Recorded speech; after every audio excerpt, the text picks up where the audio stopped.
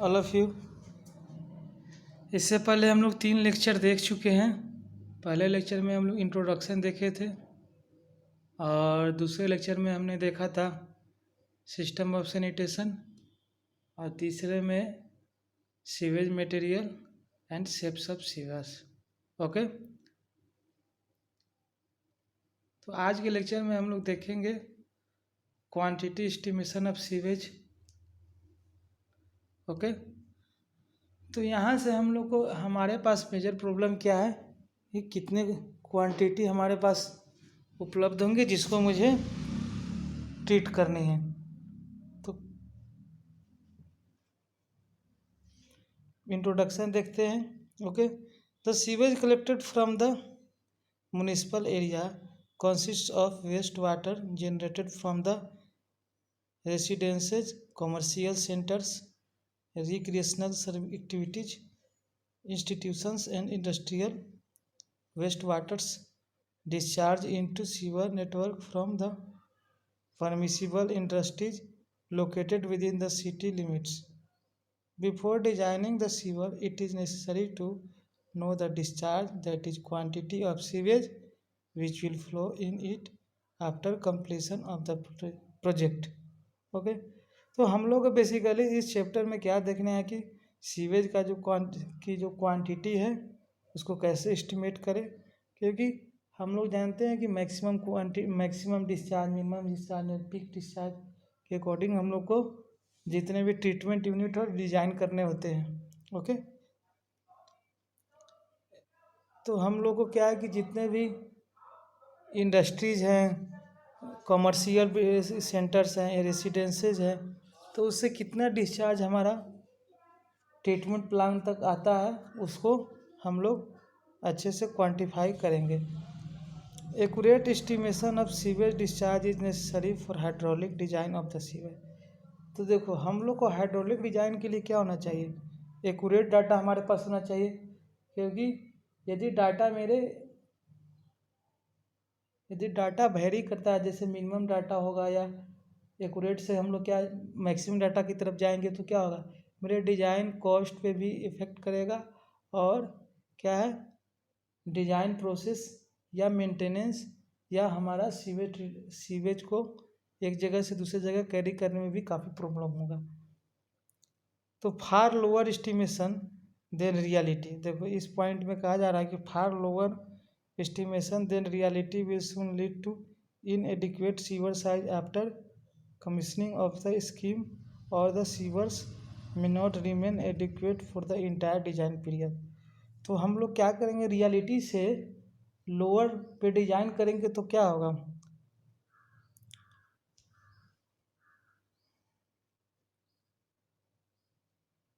वो क्या होगा, अगर हम लोग डिस्चार्ज जो हमारा रियल डिस्चार्ज है उससे हम लोग लोअर पे डिजाइन करते हैं तो क्या होगा, वहाँ से हम लोग का अच्छे से फ्लो नहीं हो पाएगा प्रॉपर, हम लोग का सीवेज क्या है कैरी करने में प्रॉब्लम आएगी। Similarly very high discharge estimated will lead to larger sewer size affecting economy of the sewage scheme. तो लोअर होगा तो क्या होगा, वो सीवेज सिस्टम को अफेक्ट करेगा, और हायर होगा तो क्या होगा, वो इकोनॉमी को अफेक्ट करेगा। Okay, and the lower discharge actually flowing in sewer may not meet the criteria of the self cleaning velocity। तो साइज हम लोग क्या करेंगे, हायर साइज कर लेंगे तो वहाँ क्या होगा, वेलोसिटी, सीवेज की वेलोसिटी क्या होगी, लोअर होगी। तो वैसे केस में सेल्फ क्लीनिंग वेलोसिटी भी मेंटेन नहीं रह पाता है, and hence leading to deposition of the sewers. जब सीवर्स अपने मिनिमम वेलोसिटी में से भी लोअर वेलोसिटी पे क्या मूव करेगा तो क्या होगा, जितने भी मटेरियल है, इनऑर्गेनिक मटेरियल है, वो क्या होगा, डिपॉजिट होते जाएंगे और वो कैपेसिटी को घटाता ही चला जाएगा। Actual measurement of discharge is not possible if the sewer do not exist and where the capacity of the extraction sewer is inadequate and need to be increased. Still actual present discharge measurement may not be accurate due to unaccounted overflow and leakages that might be occurring in the existing sewer system. Okay, तो actual measurement तो मेरा क्या है, वो possible है नहीं, but because वहाँ पे बहुत सारे क्या है, जो एग्जिस्टिंग सीवर है उसके डिस्चार्ज क्या है वो इंक्रीज होते रहते हैं, कभी डिक्रीज होंगे। और दूसरा वहाँ पे क्या अकर करता है कि कई बार लॉसेस भी अकर कर जाते हैं। ओके, कई तरह के लॉसेस है, या ओवरफ्लो, डिस्चार्ज क्या है, डिस्चार्ज फ्लक्चुएट करेगा तो क्या ओवरफ्लो भी वहाँ से होता है। Since sewers are design to serve for some more future years, engineering skills have to be used to accurately estimate the sewage discharge। तो सीवेज डिस्चार्ज के लिए हम लोग क्या करेंगे, सीवर डिजाइन के लिए हम लोग फ्यूचर को भी, फ्यूचर में क्या वेरिएशन हो सकते हैं, क्या डिस्चार्ज आएगा, उसके हिसाब से हम लोग उसको देखते हुए ही हम लोग डिजाइन करते हैं सीवर सिस्टम को। Okay, sources of sanitary sewage. तो सैनिटरी सीवेज के सोर्सेज क्या क्या पहले से भी हम जानते हैं। पहला क्या, water supplied by water authority for domestic usages, after desired use it is discharge into sewers as sewage. Okay, second क्या, water supply to the various industries for various industrial process by local authority. Some quantity of this water after use of different industrial applications is discharged as wastewater। तो हम लोग पहले में देखें domestic use से, दूसरा क्या है industrial and various other activity. Third क्या है, the water supplied to the various public places such as school, cinema, theatres. तो ये सब क्या है, सोर्सेज है सैनिटरी सीवेज के। Hotels, hospitals and commercial complexes. Part of this water after desired use joins the sewers as wastewater। Okay, water drawn from wells by individuals to fulfill domestic demand। Okay, after uses this water is discharged to the sewer। तो हम लोग जो कुएं से जो पानी लेते हैं उसको अपने डोमेस्टिक डिमांड के लिए फुलफिल करने के लिए, तो वो भी क्या होगा, सीवर में डिस्चार्ज करते हैं। फिफ्थ है, the water drawn for various purpose by industries from individual water sources such as. तो एक तो हमारा क्या होगा, वाटर सप्लाई क्या होता है म्यूनिसिपलिटी के थ्रू, तो वो क्या है, वो हमारा सीवेज में जाएगा वेस्ट वाटर के फॉर्म में। और यहाँ पे और कई सारे फैक्टर हैं, जैसे कोई इंडिविजुअल पर्पस के लिए वेल, हम लोग कुएँ से पानी ले रहे हैं और उसको यूज करने के बाद क्या वेस्ट जाएगा, वो भी मेरा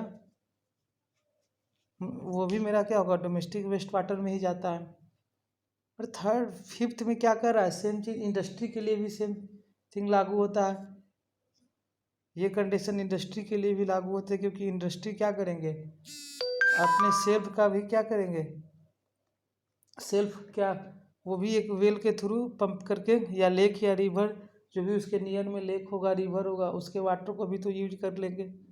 और वो यूज करने के बाद जो वेस्ट वाटर आएगा वो क्या होगा, वो भी सीवेज में जाएगा वेस्ट वाटर के फॉर्म में। तो वो जो fraction of this water is converted into waste water in different industrial purposes और usages for public utilities within the industry generating waste water. तो this is discharge in the sewer. तो जितना भी ये फ्रैक्शन ऑफ वाटर कन्वर्ट होगा waste water के form में, जो क्या है, वो तो मेरे वेस्ट वाटर सप्लाई से तो आया नहीं है, बट वो वेस्ट वाटर में तो कन्वर्ट हो रहा है। ओके, 6 में क्या, infiltration of ground water into sewers through leakage joints. अब जैसे ओपन ड्रेनेज हो रहा है तो क्या होगा, कभी कभी ग्राउंड वाटर टेबल ऊपर आएगा तो क्या होगा, ग्राउंड वाटर भी लीक करके वहाँ सीवेज में ही जाता है। ओके, 7th में entrance of rain water in sewers during rainy season through faulty joints और क्रैक इन सीवर।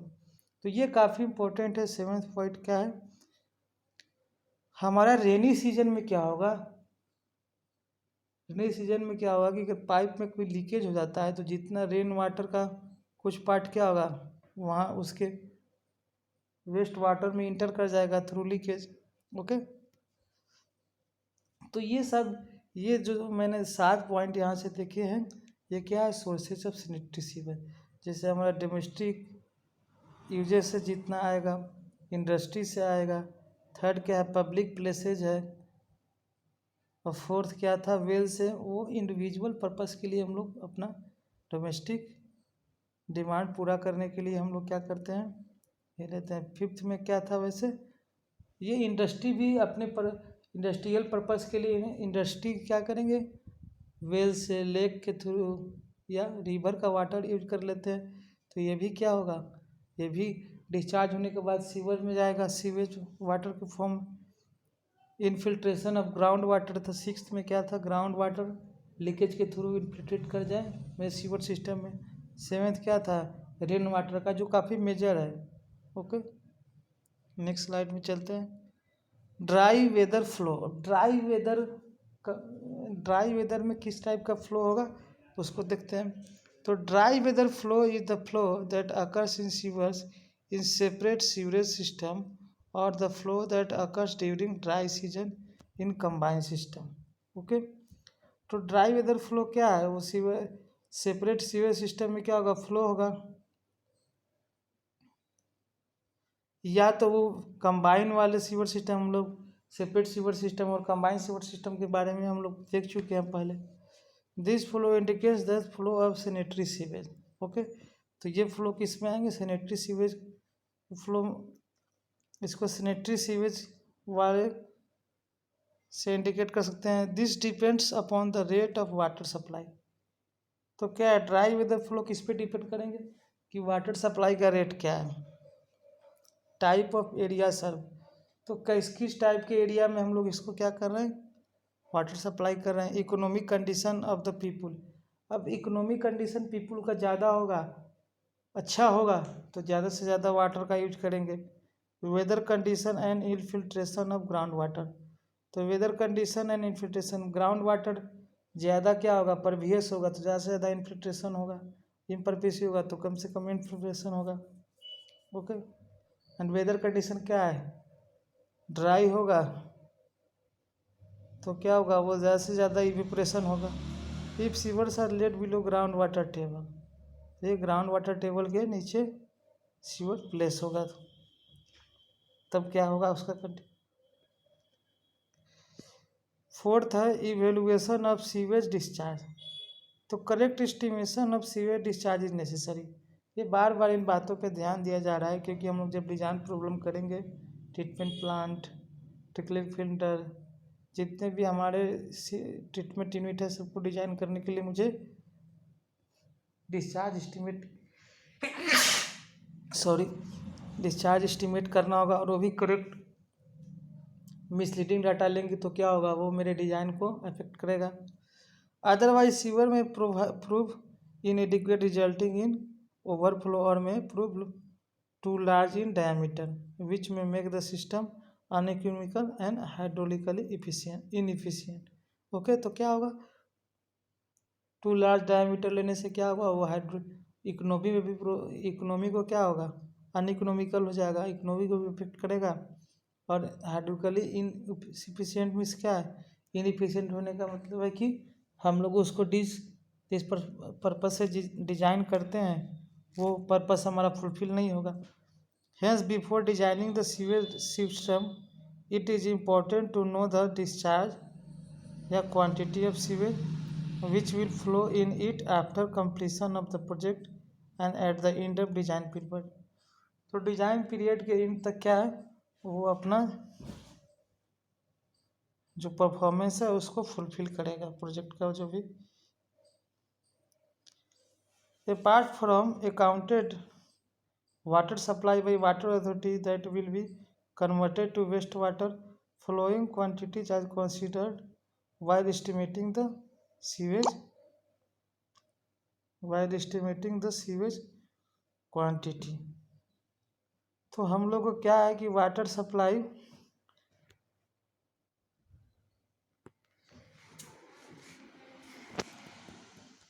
हम लोग को देखना है यहाँ की वाटर सप्लाई का जो पार्ट वेस्ट वाटर में कन्वर्ट होता है,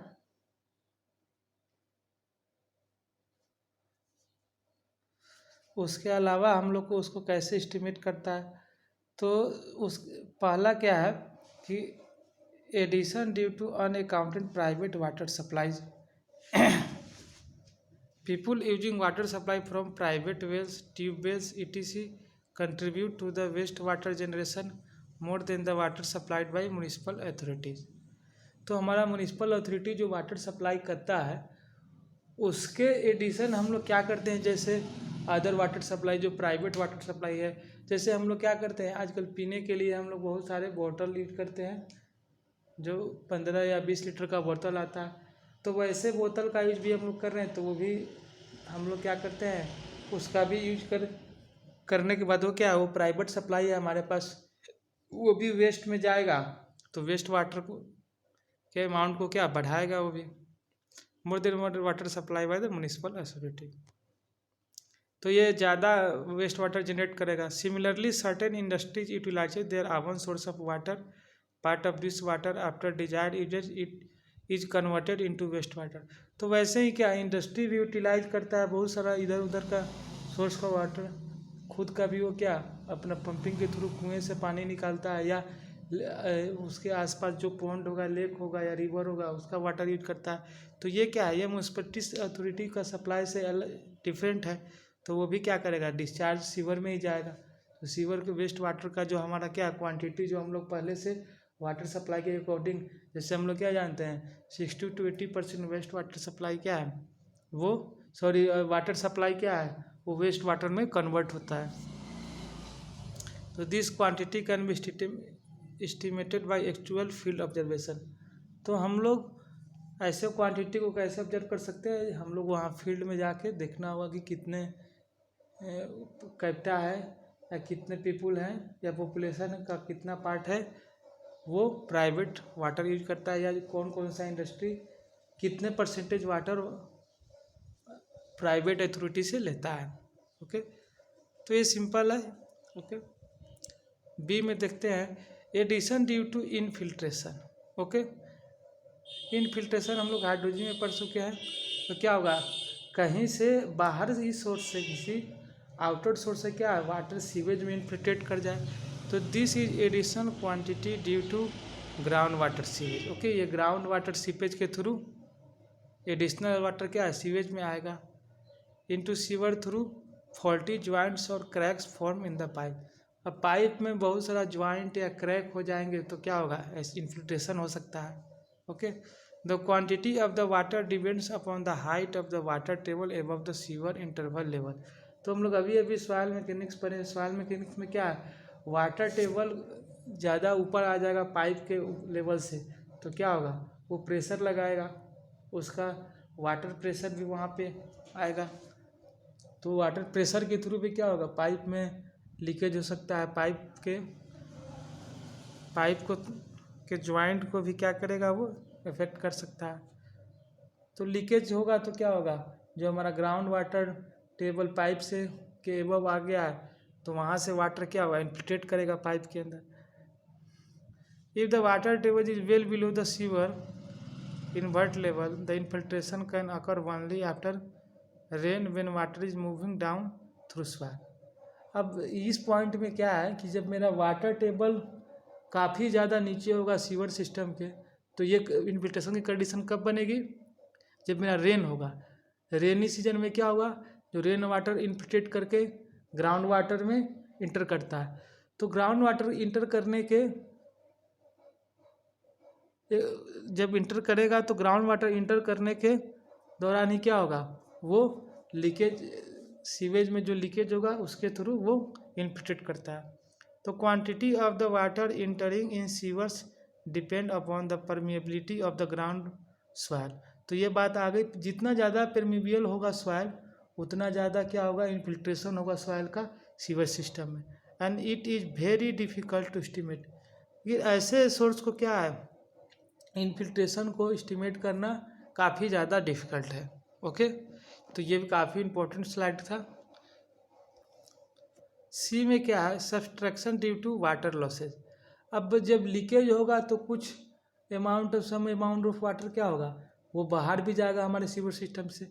हम लोग पहले जो एस्टिमेट किए हुए हैं उसमें क्या होगा सब्सट्रैक्शन हो जाएगा। तो the water loss through leakage in water distribution system and house connections does not reach consumers and hence not appear as sewage। तो जो हमारा डिस्ट्रीब्यूशन सिस्टम है वाटर सप्लाई के लिए, वो पहले ही क्या हो जा रहा है, लॉस हो जा रहा है, वो हमारे कंज्यूमर तक जा ही नहीं रहा है, तो कंज्यूमर के पास नहीं जा रहा है, तो क्या हो रहा है ऐसे केस में, ऐसे केस में वो वेस्ट वाटर जनरेट हो ही नहीं रहा है। डी में एक और subtraction due to water not entering the sewage system, certain amount of water is use for such purposes which may not generate sewage. Example, boiler feed water, water sprinkled over the roads, streets, lawns and gardens, water consumed in industrial products, water used in air cooler.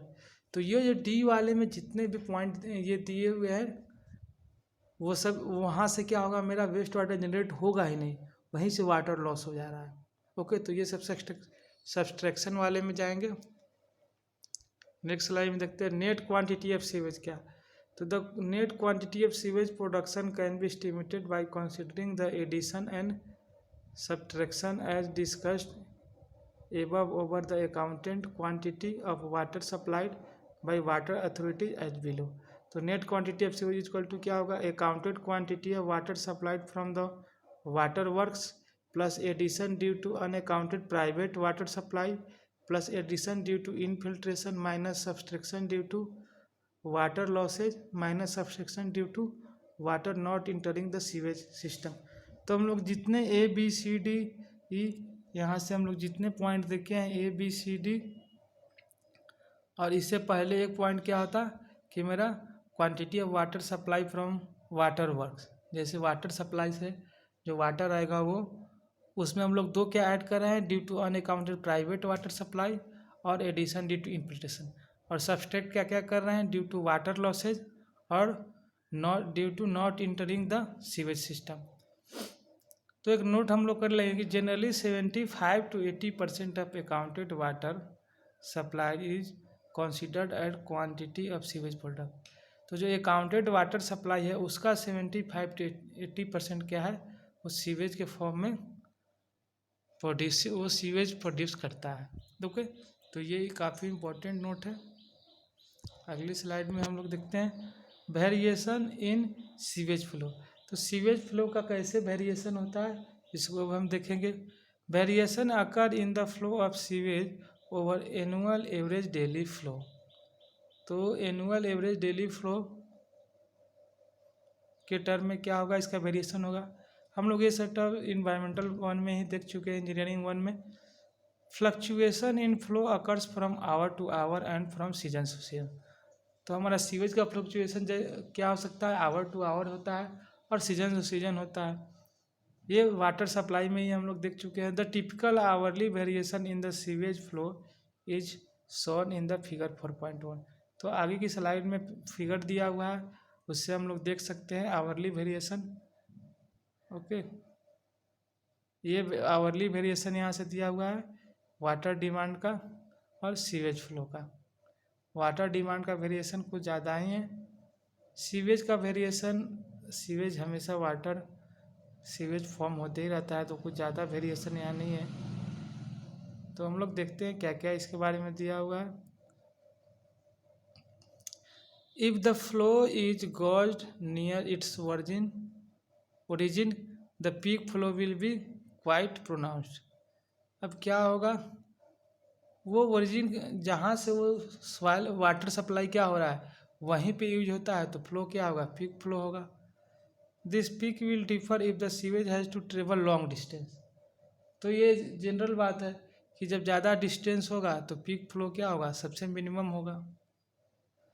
This is because of the time required in collecting sufficient quantity of sewage required to fill the sewers and time required in traveling।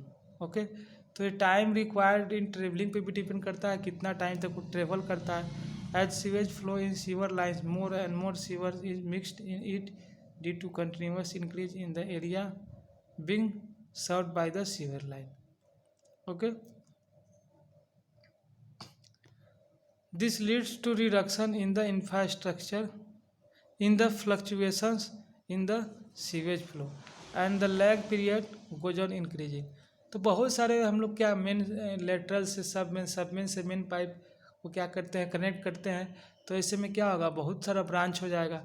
अब बहुत सारे branch होने पे क्या होगा, fluctuation भी होगा उसके डिस्चार्ज में, सीवेज फ्लो में। और टाइम भी क्या हो रहा है, टाइम भी इंक्रीज हो रहा है। टाइम लेग क्या है, लेग पीरियड इंक्रीज होता जा रहा है। The magnitude of variation in sewage quantity varies from place to place and it is very difficult to predict. अब ये क्या है, काफ़ी ज़्यादा फ्लक्चुएशन सॉरी सॉरी तो ऐसे केस में क्या होगा, उसको प्रिडिक्ट करना काफ़ी डिफिकल्ट होगा हम लोग के लिए। For a smaller township this variation will be more pronounce due to lower length and travel time before sewage reach to the main sewer and for large city this variation will be less. तो smaller town में क्या होगा, variation काफ़ी कम होगा in comparison to larger town. As the tributary area increases peak hourly flow will decrease.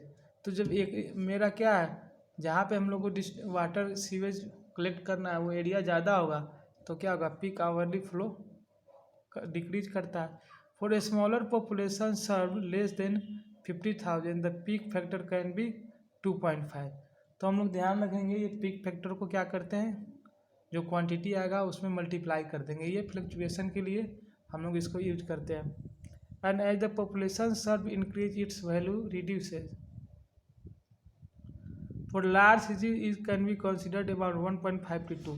तो हम लोग पीक फैक्टर याद रखेंगे, वो जब न्यूमेरिकल करेंगे तो वहाँ पे यूज करेंगे। तो लार्ज सिटी के लिए कितना है, 1.5 to 2। Therefore for outfall sewer the peak flow can be considered as 1.5 times the annual average daily flow. तो आउटफॉल सीवर के लिए हम लोग क्या करते हैं, 1.5 times of annual average flow में 1.5 से मल्टीप्लाई कर देते हैं। Even for design of the treatment facility the peak factor is consider 1.5 times the annual average daily. तो हम लोग जितना भी ट्रीटमेंट फैसिलिटी को डिजाइन करेंगे वहाँ पे 1.5 times annual average daily flow में हम लोग उससे मल्टीप्लाई करेंगे। तो पीक फैक्टर को जो भी यहाँ पे कंसिडरेशन है इसको याद रखेंगे, ये न्यूमेरिकल होगा आएगा तो वहाँ पे हम लोग उसका यूज करेंगे। तो आगे की स्लाइड में क्या दिया हुआ है, the minimum flow passing through sewers is also important to develop safe cleaning velocity to avoid silting in sewer.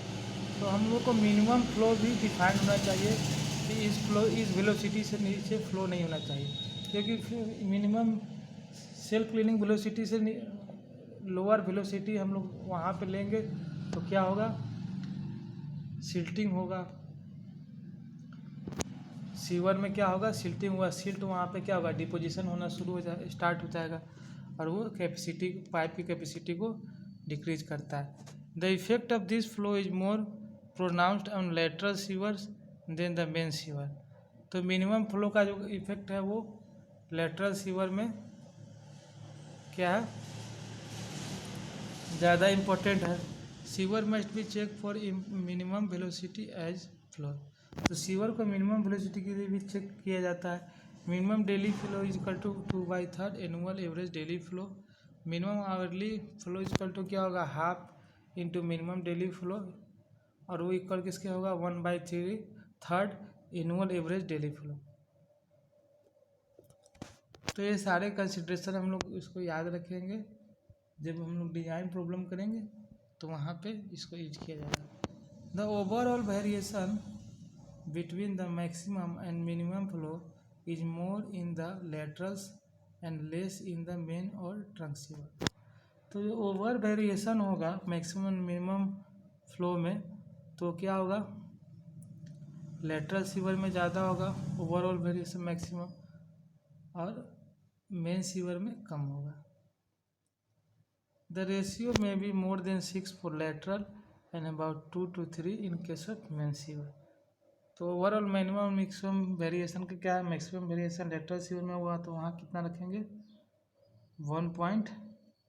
6 का, और लेटरल सीवर में 6 for lateral sewer and 2 to 3 in case of main sewer. तो यहाँ से हम लोग को ये देखना था, for estimating design discharge following relation can be considered. तो ये डिजाइन प्रॉब्लम में भी हम लोग इसको कंसिडर करेंगे। Maximum daily flow equal to क्या होगा, 2 times the annual average daily flow. Okay, ये सीजनल वेरिएशन को रिप्रेजेंट करेगा। अब मैक्सिमम आवरली फ्लो क्या होता है, 1.5 times the maximum daily flow. तो आवरली वेरिएशन में क्या करेंगे, 1.5 से मल्टीप्लाई करेंगे और डेली में 2 टाइम्स। तो हम लोग क्या देख रहे हैं यहाँ पे, सीवेज फ्लो में क्या देख रहे हैं, वाटर डिमांड में क्या देख रहे हैं, 8 AM to 6 PM में ज़्यादा फ्लक्चुएसन हो रहा है। ओके, और बीच में अचानक से फॉल हुआ है। और सीवेज में क्या है, जनरली हमारा कुछ ज़्यादा वेरिएशन नहीं है, वाटर डिमांड के कंपेरिजन में काफ़ी कम वेरिएशन। अब आता है इम्पोर्टेंट पॉइंट है डिजाइन पीरियड। तो हम लोग को एक और बात का काफ़ी ज़्यादा ध्यान रखना है कि हम लोग कोई भी यूनिट डिज़ाइन करेंगे तो उसके डिज़ाइन पीरियड क्या कंसिडर करेंगे। एक पीरियड तो हम लोग को कंसिडर करना पड़ेगा, किस पीरियड में हम लोग उसका कितने, जैसे 10 साल के लिए डिज़ाइन करना है, 15 साल के लिए डिज़ाइन करना है, ओके, कौन सा यूनिट को कितने ईयर के लिए डिज़ाइन करना है। तो ये हम लोग को काफ़ी इन बातों का भी ध्यान रखना है। The future period for which the provision is made in designing the capacities of the various components of the sewage scheme is known as design period. तो दिस पीरियड के लिए, दिस डिजाइन पीरियड के लिए हम लोग क्या करते हैं, बहुत सारे ट्रीटमेंट कंपोनेंट के डिज़ाइन करते हैं, उसको क्या बोलेंगे, design period. The design period depend upon following. तो डिज़ाइन पीरियड किस किस पे डिपेंड करता है, ease and difficulty in expansion, ease and difficulty in expansion. तो जो हमारा डिस्चार्ज है वो, या डिस्चार्ज पाइप है वो कितना, या हमारा जो डिस्ट्रीब्यूशन सिस्टम, ये ट्रीटमेंट यूनिट है उसका उसमें कितना एक्सपेंशन होता है, उस हिसाब से पीरियड। जैसे हम लोग मान लेते हैं कि हमारे मधेपुरा का पॉपुलेशन आज 50,000 है और वो 1 to 2 ईयर बाद वो 60,000 हो गया। तो हम लोग उस हिसाब से डिज़ाइन करेंगे कि जैसे जैसे एक्सपेंशन होता जाएगा सिटी का, उस हिसाब से क्या होगा, मुझे फिर अलग से कोई डिज़ाइन, अलग से कोई मुझे सीवर सिस्टम डिज़ाइन नहीं करना पड़े, उसी सीवर सिस्टम से मेरा काम चल जाए। दूसरा का amount of ability of investment. तो कितना अमाउंट है अवेलेबल इन्वेस्ट करने के लिए उस यूनिट के लिए, ये भी इस पर भी डिपेंड करेगा। Anticipated rate of population growth, तो पॉपुलेशन ग्रोथ पे भी ये डिपेंड करेगा, including shift in communities, industries and commercial investment. तो वहाँ का पॉपुलेशन ग्रोथ कितना हो रहा है, और फिर वहाँ पे लोगों का माइग्रेशन क्या है, कितना हो रहा है, कितने लोग वहाँ गांव से शहर की तरफ आ रहे हैं। ओके, तो इन सब बातों का भी ध्यान रखेंगे। शिफ्ट इन कम्युनिटीज, कितने कम्युनिटीज शिफ्ट हो रहे हैं, इंडस्ट्रियल कितने कितने इंडस्ट्रीज हैं जो शहर में आने वाले फ्यूचर में, कितने इंडस्ट्रीज वहाँ और आ सकते हैं, और कमर्शियल इन्वेस्टमेंट हो सकते हैं। तो इन बातों का भी ध्यान रखते हैं हम लोग। Hydraulic condition of the system design, तो जहाँ हम लोग सिस्टम को डिज़ाइन करें वहाँ का हाइड्रोलिक कंडीशन क्या है, इस पर भी डिपेंड करेगा design period. Life of the material and equipment, जो मटेरियल और इक्विपमेंट हम लोग यूज करने वाले हैं ट्रीटमेंट प्लान के लिए, उसकी लाइफ और किस टाइप की मटेरियल हम लोग यूज कर रहे हैं, इस पर भी डिपेंड करता है। मटेरियल का लाइफ कितना होगा, स्ट्रेंथ क्या होगा, उस पर भी डिज़ाइन पीरियड डिज़ाइन होता है। तो the following design period can be considered for different components of sewage scheme. तो ये इंपॉर्टेंट है, ये ऑब्जेक्टिव में आते हैं। Lateral less than 50 centimetre diameter के लिए क्या होगा, ये फुल डेवलपमेंट होगा। ट्रंक और मेन सीवर्स के लिए क्या होगा, 40 to 50 ईयर्स। ट्रीटमेंट यूनिट्स के लिए क्या होगा, 15 to 20 ईयर्स। मेन सीवर के लिए 40 to 50 ईयर्स है, और ट्रीटमेंट यूनिट के लिए 15 to 20 ईयर्स। पंपिंग प्लांट का काफ़ी कम है, पंपिंग प्लांट का क्या होगा, 5 to 10 ईयर्स। तो ये सारे वैल्यू हम लोग इसको याद रखेंगे। ओके, तो आगे नेक्स्ट टॉपिक है design discharge of sanitary sewage. तो the total quantity of sewage generated per day is design as product of forecasted population at the end of design period considering per capita wastage generated and appropriate peak factor.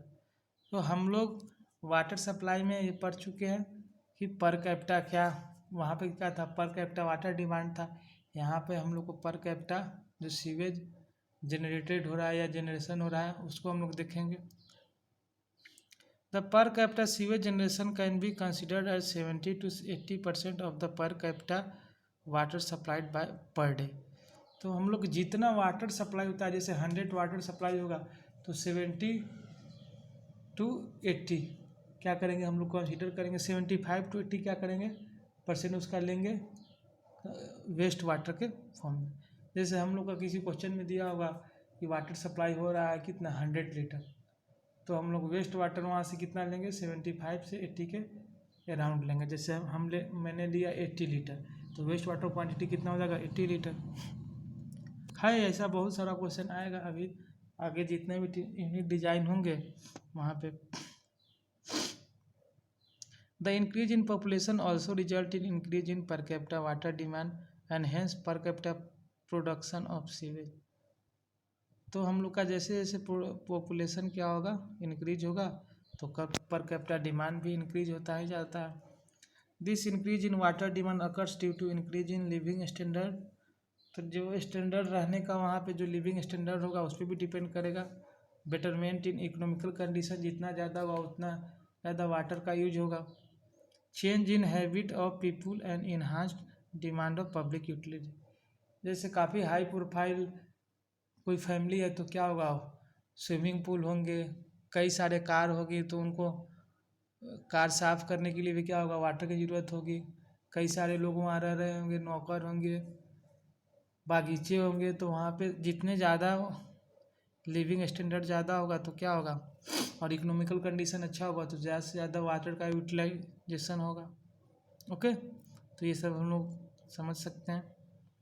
एक problem यहाँ पे दिया हुआ है, a city has a projected population of 60,000 spread over area of 50 hectare.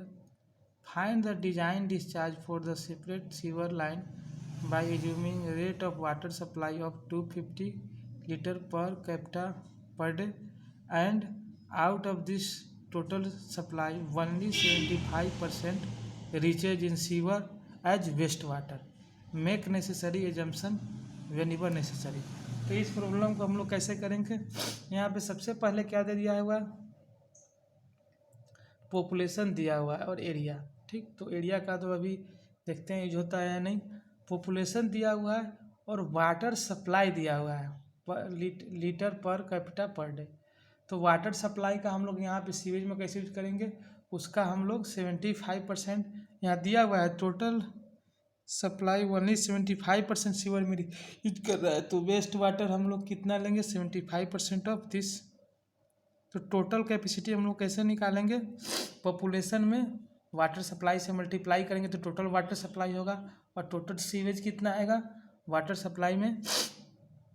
Water supply का 75% हम लोग use कर लेंगे तो वो टोटल सीवर आ जाएगा। ओके, तो यहाँ से डिजाइन डिस्चार्ज हम लोग को फाइंड आउट करना है। तो ये छोटा सा न्यूमेरिकल है, इसका सॉल्यूशन मेरे पास है। मैं क्या करता हूँ, पहले ये स्लाइड को ऑफ करता हूँ। ओके, उसके बाद मैं आप लोग को दिखाता हूँ यहाँ से।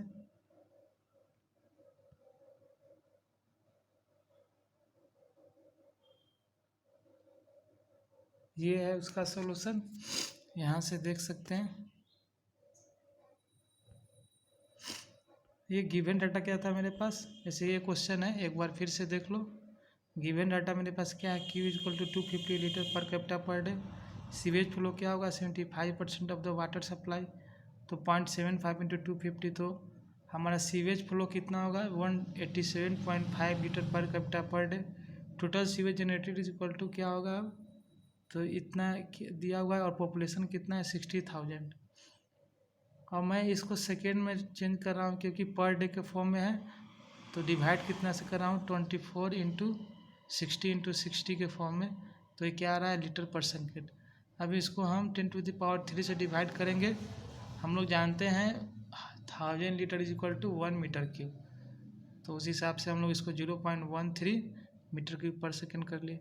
अब यहाँ पे एक और मेरे पास टर्म है कि हम लोग पीक फैक्टर कितना लेंगे, तो हम लोग क्या कर रहे हैं 50,000 के राउंड हो रहा था तो कितना था, पीक फैक्टर 2, और उससे ऊपर होने पे क्या 1.5। तो हम लोग पीक फैक्टर यहाँ 2 ले लिए, तो टोटल डिजाइन डिस्चार्ज कितना हो जाएगा, 2 से मल्टीप्लाई कर देंगे, जितना सीवेज जनरेटेड होगा तो 0.26 मीटर क्यूब पर सेकेंड। ओके, तो अब न्यूमेरिकल धीरे धीरे आने शुरू हो जाएंगे, अभी तक के लिए इतना है, बाकी अगले क्लास में हम लोग देखेंगे। Okay, thank you.